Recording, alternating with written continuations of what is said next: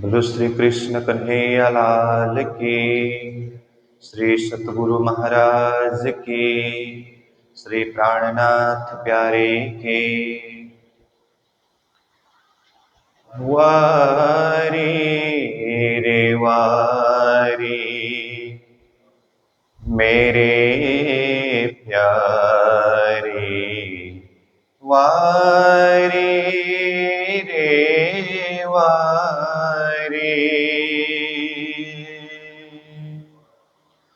वारी रे वारी मेरे प्यारे, वारी रे वारी। टोक टोक कर डारो यातन, टोक टोक कर डारो यातन, ओ पर कुंज बिहारी रे वारी, वारी रे वारी मेरे प्यारे, वारी रे वारी, वारी रे वारी मेरे प्यारे, वारी रे वारी। सुंदर स्वरूप श्याम श्यामा जी को फिर फिर जाओ बलिहारी। सुंदर स्वरूप श्याम श्यामा जी को फिर फिर जाओ बलिहारी। इन दो स्वरूपों दया करी, इन दो स्वरूपों दया करी, मुझ पर नजर तुम्हारी रे वारी, वारी रे वारी मेरे प्यारे, वारी रे वारी।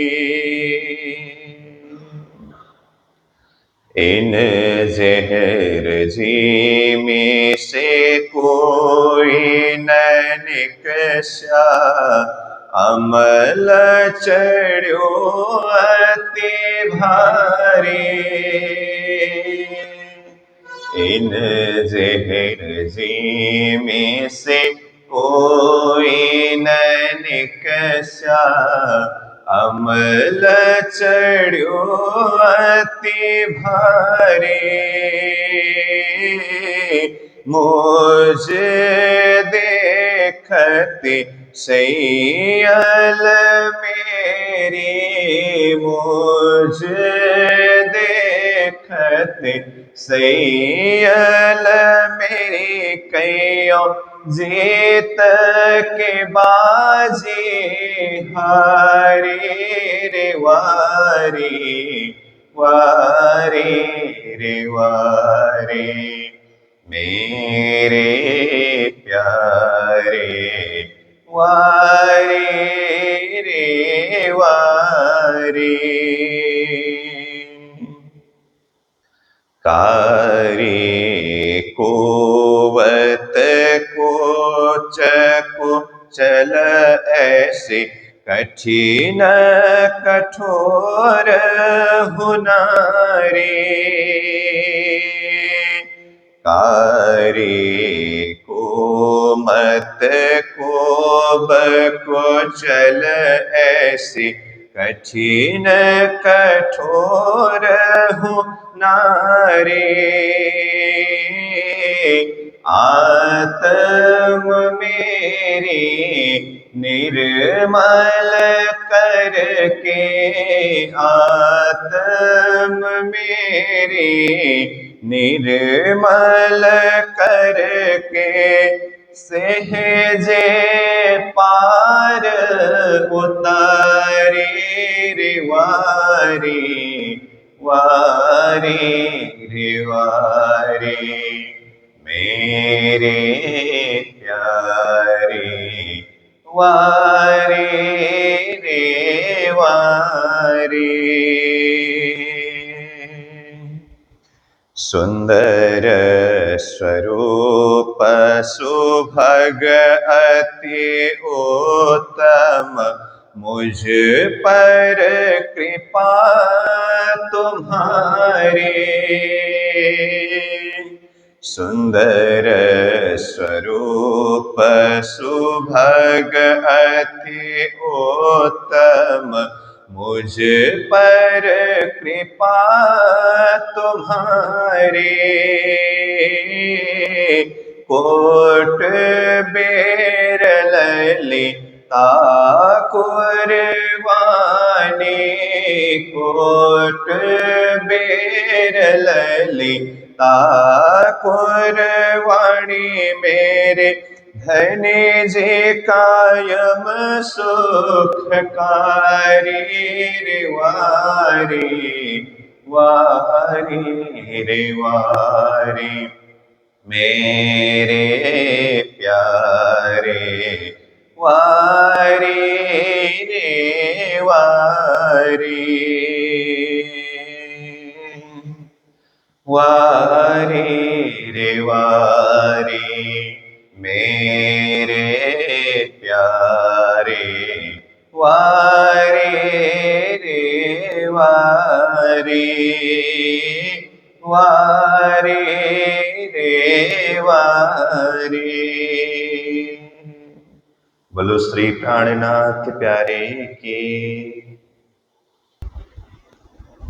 सो हृदय साफ हुए बिना क्यों कर पहुँचे धाम, हम भेजे आए धनी के, यही हमारा काम, यही हमारा काम।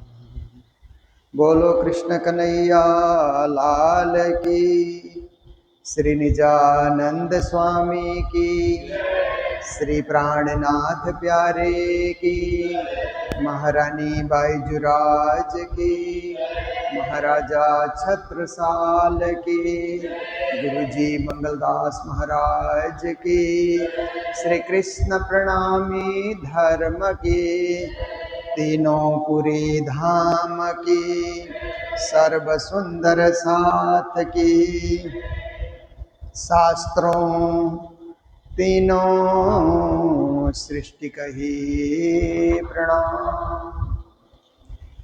उपस्थित धर्म प्राण शिरोमणि सुंदर साथ जी, माताएं बहनें भाइयों, आज हम सब लोग श्री धाम वृंदावन, एक पावन भूमि, पवित्र भूमि, तीर्थ भूमि, दर्शनीय भूमि, जहाँ परात्पर पूर्ण पुरुषोत्तम परब्रह्म परमात्मा ने अपना प्रथम कदम रखा। संसार में आने का प्रथम कदम उनका, ऐसे श्री कृष्ण जन्मभूमि, श्री कृष्ण की लीला भूमि और श्री कृष्ण की शिक्षा भूमि, उन्होंने जगत को क्या शिक्षा दी, ये देखने का, सोचने का, समझने का ऐसा पावन स्थान है। तो इसे वृंदावन धाम में श्री कृष्ण प्रणामी परम धाम, देखिए हमारे दो मंदिर हैं, एक निज धाम के रूप में प्रसिद्ध है, एक परम धाम के रूप में प्रसिद्ध है। क्योंकि प्राणनाथ जी ने वाणी में परम धाम को निज धाम कहा है और शास्त्रों ने परम धाम कहा, तो दोनों एक ही है। आत्मा का धाम, परमात्मा का धाम, परे से परे का धाम, सर्वश्रेष्ठ धाम, ऐसे परम धाम का प्रतीक ये वृंदावन का श्री कृष्ण प्रणामी परम धाम अपना मंदिर है। और हरिद्वार में जो मंदिर है वो निज धाम का, उसी परम धाम का ही प्रतीक मान करके संसार में परम धाम जाहिर हो रहा है इन स्थानों के माध्यम से। क्योंकि तीर्थ भूमि में जो मंदिर बनते हैं तो हजारों तीर्थ यात्री बिन बुलाए आ जाते हैं। हम दूर कहीं किसी जगह हम मंदिर बनाएं तो क्या होता है कि सबको बोलना पड़ता है मंदिर आइए, मंदिर आइए, मंदिर के दर्शन कीजिए, ऐसे लोगों को बुलावा भेजना पड़ता है तो ही लोग आते हैं। पर तीर्थ भूमि ऐसी है कि कोई बुलावा भेजना ही नहीं पड़ता, उनको बुलावा साक्षात श्री कृष्ण ही भेज देते हैं, साक्षात परमात्मा ही उनके दिल में बुलावा भेज देते हैं। चलो चलो मंदिर दर्शन करें, धाम दर्शन करें, तीर्थ भूमि के दर्शन करें। तो हजारों यात्री दर्शनार्थी आते हैं हरिद्वार के मंदिर में भी, वृंदावन के मंदिर में भी, इसी प्रकार रामेश्वरम के मंदिर में और बद्रीनाथ के मंदिर में। अब देखिए कि ये क्या है कि परमात्मा की असीम कृपा है, ऐसे स्थान में हम लोग भी उपस्थित होकर के भजन, भक्ति, सेवा, सुमिरन और राज्य के यश और नाम को हम लोग स्मरण करते हैं और इसी का प्रचार प्रसार हमारे द्वारा होता रहे जितना हो सके। क्योंकि पूरे संसार को तो हम ज्ञान नहीं बांट सकते, परंतु हमारी हैसियत से कितने परिधि में कहाँ कैसे हम इसका प्रचार प्रसार कर सकते हैं, ये हमें सोचना है और आगे बढ़ते रहना है। तो नित्य वाणी चर्चा के अंतर्गत किरंतन का ही प्रसंग चल रहा है। तो श्री जी महाराज कहते हैं मुझे जगत के लोगों को परम धाम समझाना है, पूर्ण ब्रह्म परमात्मा भी समझाना है, पर कैसे समझाएं? झूठी जिमिए याही शास्त्र न सो जाहिर कर दे। वह कहते हैं ये संसार तो अनित्य है, संसार तो क्षण भंगुर है, इस धरती को झूठी जिमी भी श्री जी ने कहा, क्योंकि एक दिन सब कुछ झूठा हो जाएगा। आज जिसको सच मान करके पकड़े बैठे हुए हैं, शरीर को सच मानकर पकड़े बैठे हैं, और इसी तरह अपने मकान को, अपने घर को, अपने संपत्ति जायदाद को हम अपना मान करके पकड़ बैठे हैं, पर एक दिन सब कुछ छूट जाएगा। झूठा स्वप्न का अनुभव होगा हमें। ओहो, ये सब स्वप्निक चीजें थी और स्वप्निक चीजों के पीछे हम फंसे पड़े थे, ऐसा हमको ज्ञान होता है। इसीलिए झूठी जीनी करके सदगुरु ने कहा। और इस धरती के लोगों को समझाना है तो यही शास्त्र सो, धरती में जो प्रचलित शास्त्र हैं, जब से धरती बनी, जब से सृष्टि बनी, शास्त्र भी तभी से बन गए, क्योंकि जा कारण माया रची शास्त्र भी तिन कारण न। श्री जी ने कहा जब से खेल रचा गया, संसार रचा गया, तो संसार के जीवों को निश्चित नियम में बांधने के लिए शास्त्र भी रचा गया, शास्त्रों का आविर्भाव भी हुआ। तो श्री जी कहते हैं कि ऐसे इस धरती के लोगों को यही शास्त्र न सो, धरती के ही शास्त्र से। धरती के शास्त्र कौन है? वेद, पुराण, उपनिषद, गीता, भागवत, रामायण, ये इसी धरती के शास्त्र हैं। इसी धरती में जीवों को समझाने के लिए और परम पद और मोक्ष पद बताने के लिए शास्त्रों की रचना हुई, शास्त्रों का आविर्भाव हुआ। तो श्री जी महाराज कहते हैं इन्हीं शास्त्रों के बलबूते पर इन्हीं शास्त्रों के आधार पर, प्रमाण पर, साक्ष्यों पर जाहिर कर दे हूँ हक का। राज्य महाराज को जाहिर करना है, पूर्ण ब्रह्म को जाहिर करना है, क्योंकि पूर्ण ब्रह्म परमात्मा अवतारों के बीच में खो गए, तो इसीलिए उनको अवतारों से बाहर निकाल करके, वो तो साक्षात पुरुषोत्तम है, सबसे परे और सर्वश्रेष्ठ, सर्वांतर्यामी, सर्वसाक्षी, ऐसे परब्रह्म परमात्मा परम धाम से आए हैं। ये जाहिर जगत के ही प्रमाण से करना है, क्योंकि श्री जी महाराज कहते हैं केवल वाणी लेकर के हम प्रचार करने निकले तो लोग समझेंगे नहीं। जगत के शास्त्र को भी साथ में रखते हुए हमें प्रचार प्रसार करना होगा, तो जल्दी से लोगों को बात समझ आ जाती है कि आप जो बोल रहे हैं उसका प्रमाण शास्त्रों में भी मिल जाता है, तो लोगों को भी खुशी होती है और आत्मा जागृति में वो विलंब नहीं करेंगे, शीघ्रता के साथ आत्मा जागृति के मार्ग में चलेंगे। तो कहते हैं शास्त्रों तीनों सृष्टि कही। ये तो हम लोग शुरू से ही जानते हैं कि शास्त्रों ने तीन सृष्टि की बातें कही ना, उत्तम, मध्यम, निकृष्ट। तीन प्रकार की सृष्टि तो है, लोग भी तीन प्रकार के, उत्तम लोग, मध्यम लोग, निकृष्ट लोग। उत्तम लोग कैसे होते हैं कि सब काम अच्छा अच्छा करते हैं, पढ़ाई भी अच्छी और सोच भी अच्छी, विचार भी अच्छा, कार्य भी अच्छा, धर्म भी अच्छा, कर्म भी अच्छा। उत्तम होते हैं तो जहां भी जाते हैं उत्तम सोच लेकर के जाते हैं, उत्तम विचार लेकर के जाते हैं, और जहां जाते हैं उस स्थान को भी उत्तम बना देते हैं, क्योंकि उनके स्वभाव में उत्तम गुण छुपे हुए हैं।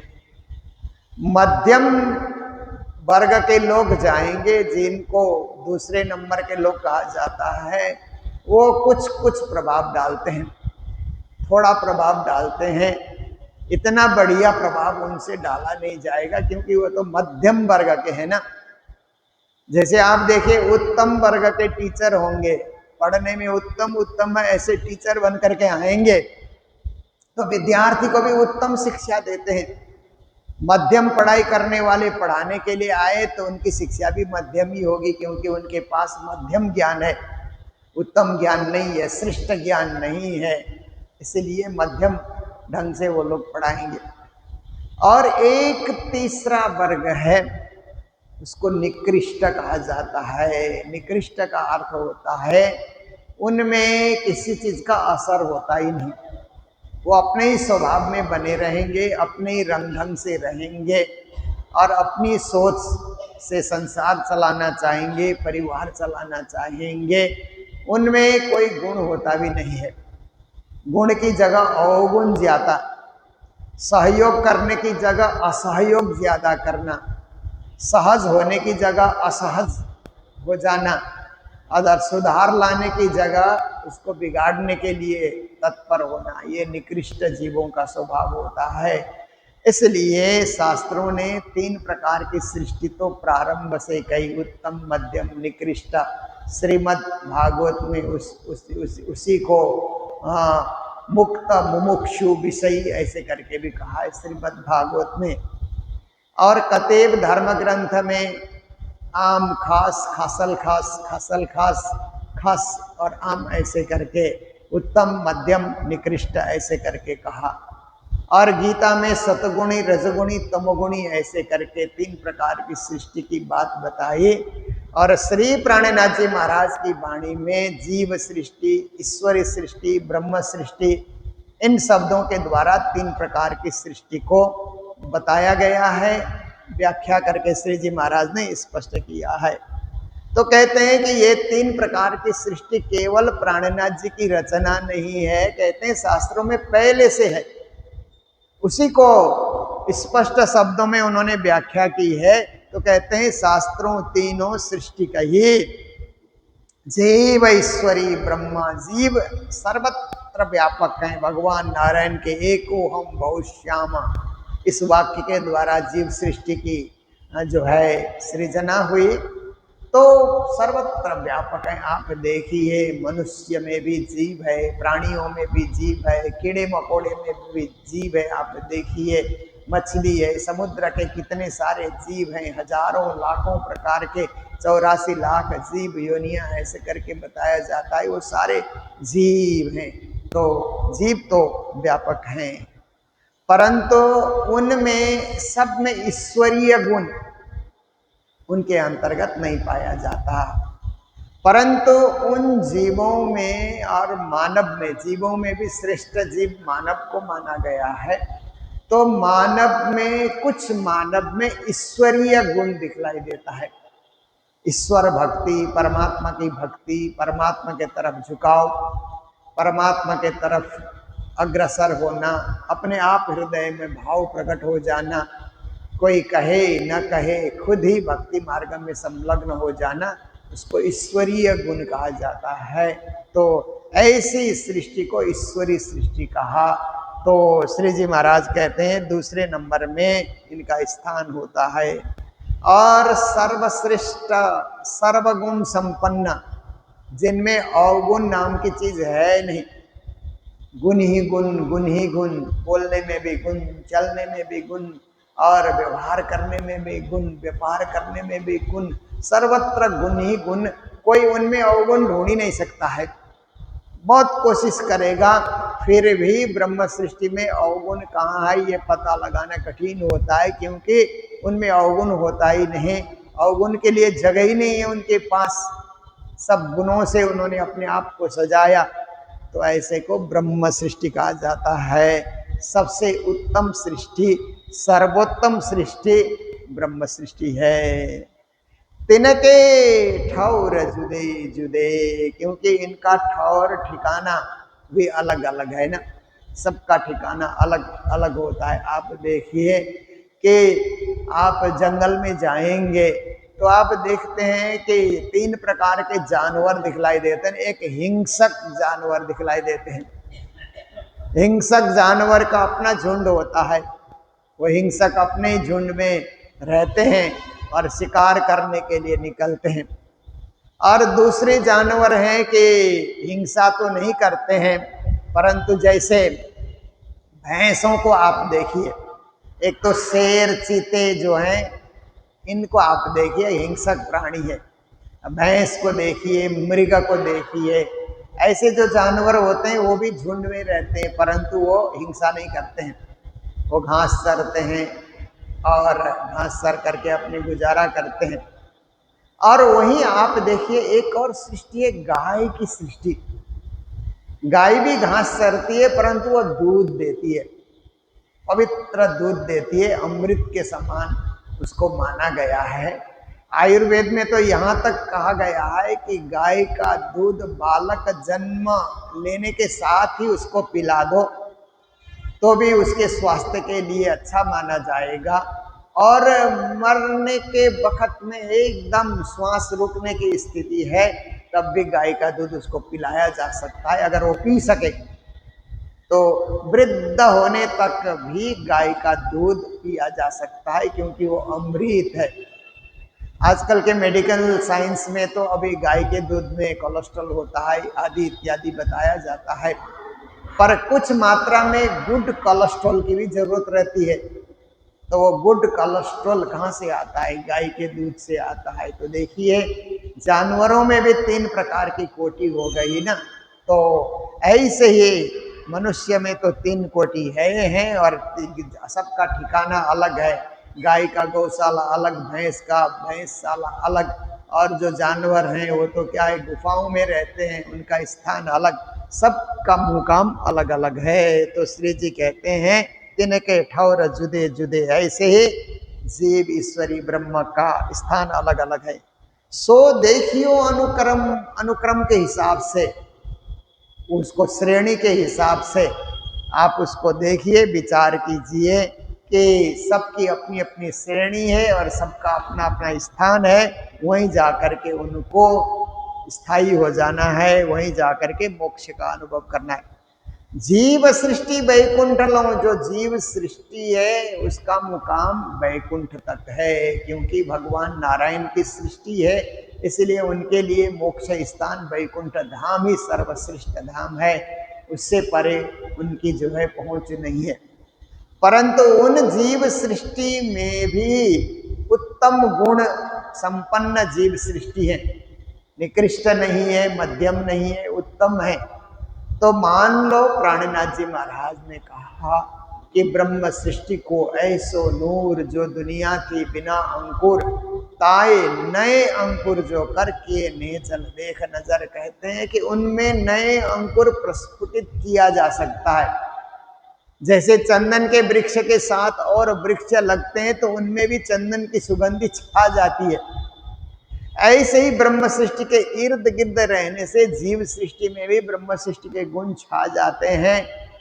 कैसे छा जाते हैं कि मैंने देखा कि बहुत सारे जो संपन्न लोग होते हैं ना, घर में संपन्न लोग होते हैं, तो क्या करते हैं कि घर में काम करने के लिए कर्मचारी रखते हैं, भोजन बनाने के लिए वहाँ पर किसी को नियुक्त करते हैं, कपड़े धोने के लिए किसी को नियुक्त करते हैं, घर की सफाई के लिए कर्मचारी के रूप में। उनको नौकर तो नहीं बोलना चाहिए, कर्मचारी या स्टाफ बोलना चाहिए, क्योंकि नौकर बोलने से अच्छा नहीं लगता है। वो शब्द क्या है कि नौकरी, ऐसे तो नौकरी शब्द व्यापक है, परंतु घर में, हमारे घर में नौकर हैं ऐसा बोलने से थोड़ा अच्छा नहीं सुनाई देता है। कर्मचारी हैं ऐसा बोल दिया जाए, स्टाफ है ऐसा बोल दिया जाए तो और थोड़ा उत्तम लगता है सुनने में।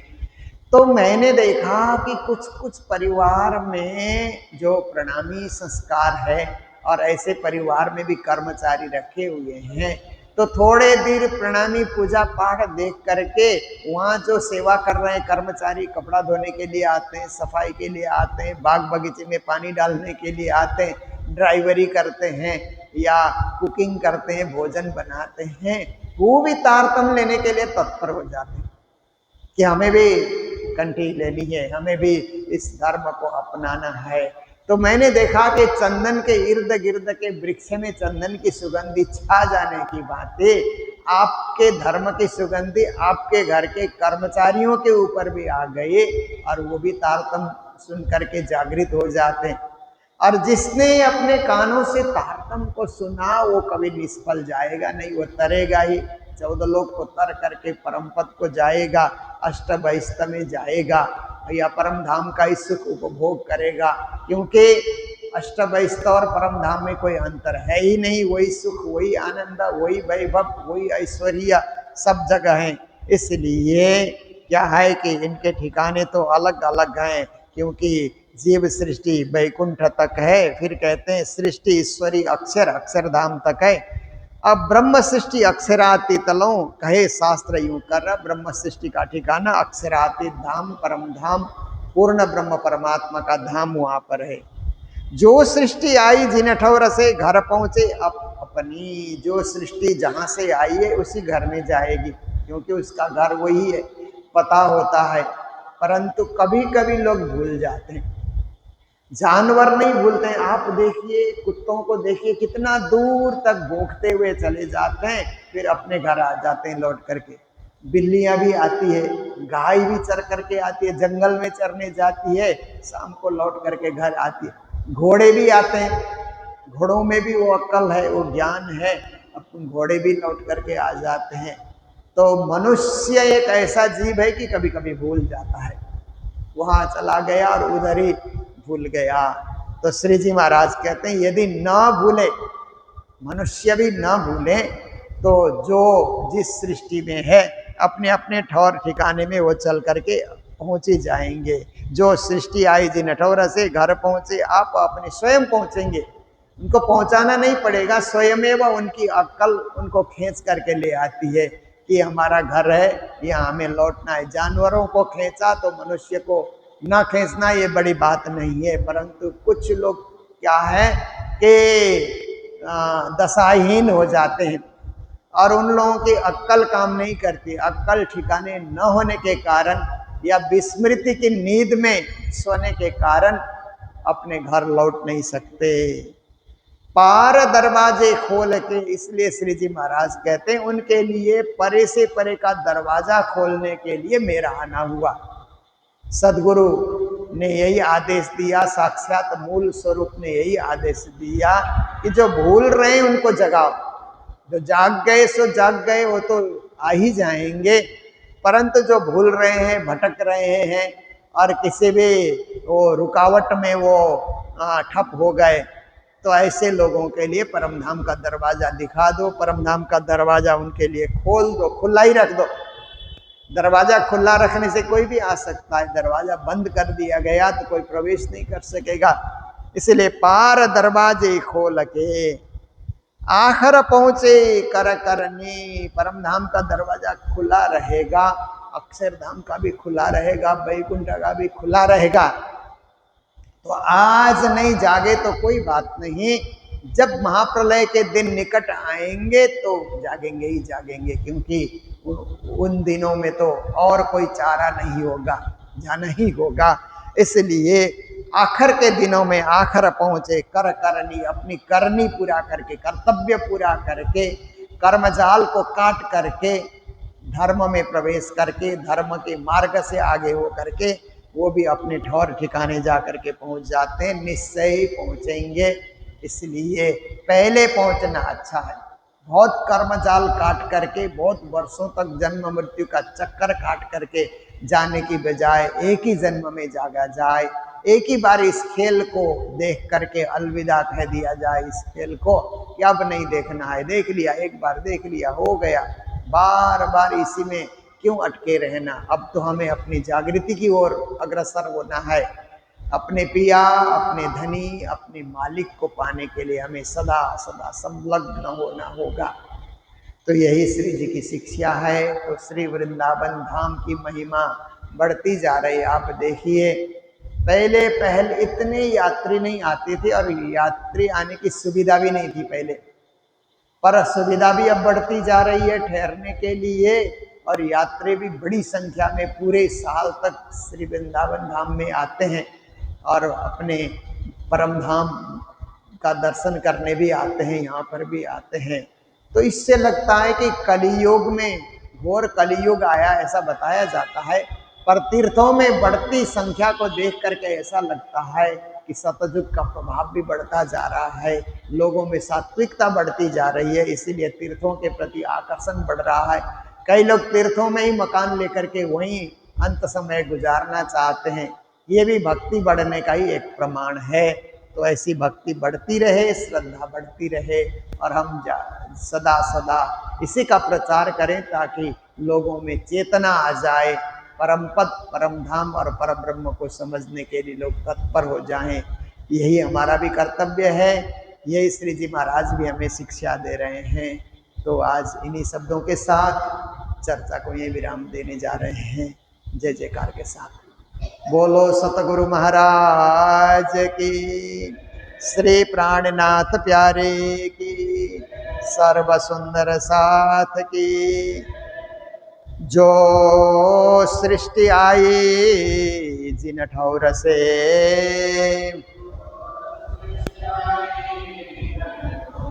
घर पहुँचे आप पानी, पार दरवाजे खोल के, आखर पहुँचे कर करानी, आखर पहुँचे कर करानी। बोलो श्री प्राणनाथ प्यारे की, श्री धाम के धनी की प्रणाम किया तुम।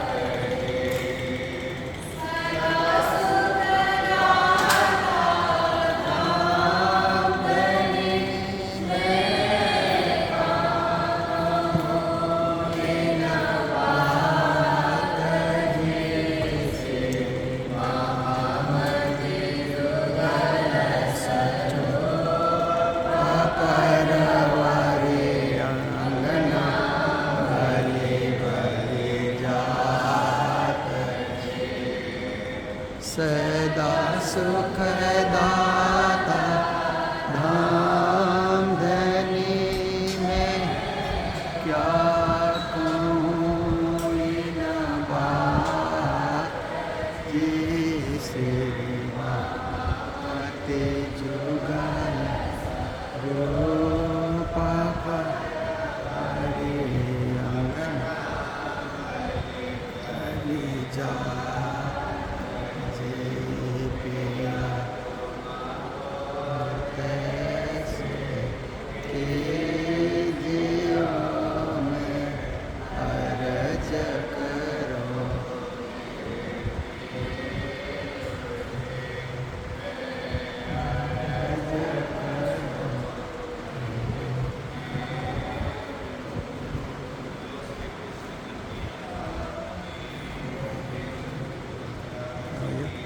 Kunlaitit niya. Kunlaitit siya ba?